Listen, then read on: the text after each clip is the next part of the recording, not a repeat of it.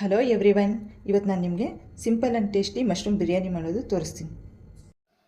ಈಗ ಫಸ್ಟು ರುಬ್ಕೊಳ್ಳೋಕ್ಕೆ ಏನು ಬೇಕು ಅಂತ ನೋಡೋಣ. 1 ಟೊಮೆಟೊ, 1 ಹಿಡಿಯಷ್ಟು ಪುದೀನ ಸೊಪ್ಪು, 1 ಹಿಡಿಯಷ್ಟು ಕೊತ್ತಂಬರಿ ಸೊಪ್ಪು, 4 ಹಸಿಮೆಣಸಿನ್ಕಾಯಿ ತೊಗೊಂಡಿದ್ದೀನಿ. ನಿಮ್ಮ ಖಾರಕ್ಕೆ ಎಷ್ಟು ಬೇಕೋ ಅಷ್ಟು ತೊಗೊಳ್ಳಿ.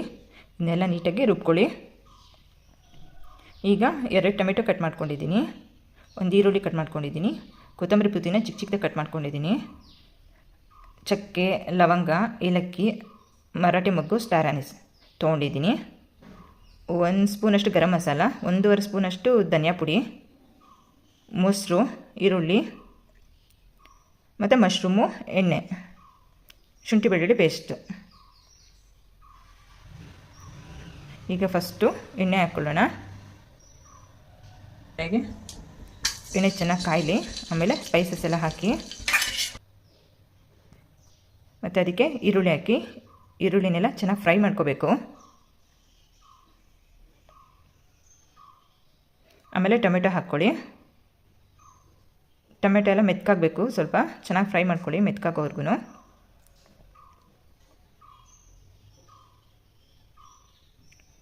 ಮತ್ತು ಇದಕ್ಕೆ ಈಗ ಶುಂಠಿ ಬೆಳ್ಳುಳ್ಳಿ ಪೇಸ್ಟ್ 2 ಸ್ಪೂನ್ ಹಾಕ್ತಾಯಿದ್ದೀನಿ.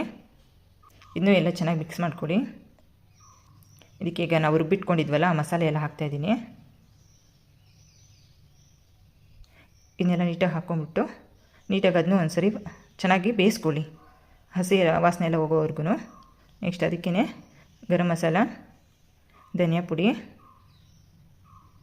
ಮೊಸರು ಎಲ್ಲ ಹಾಕಿ ಮಿಕ್ಸ್ ಮಾಡ್ಕೊಳ್ಳಿ ನೀಟಾಗಿ.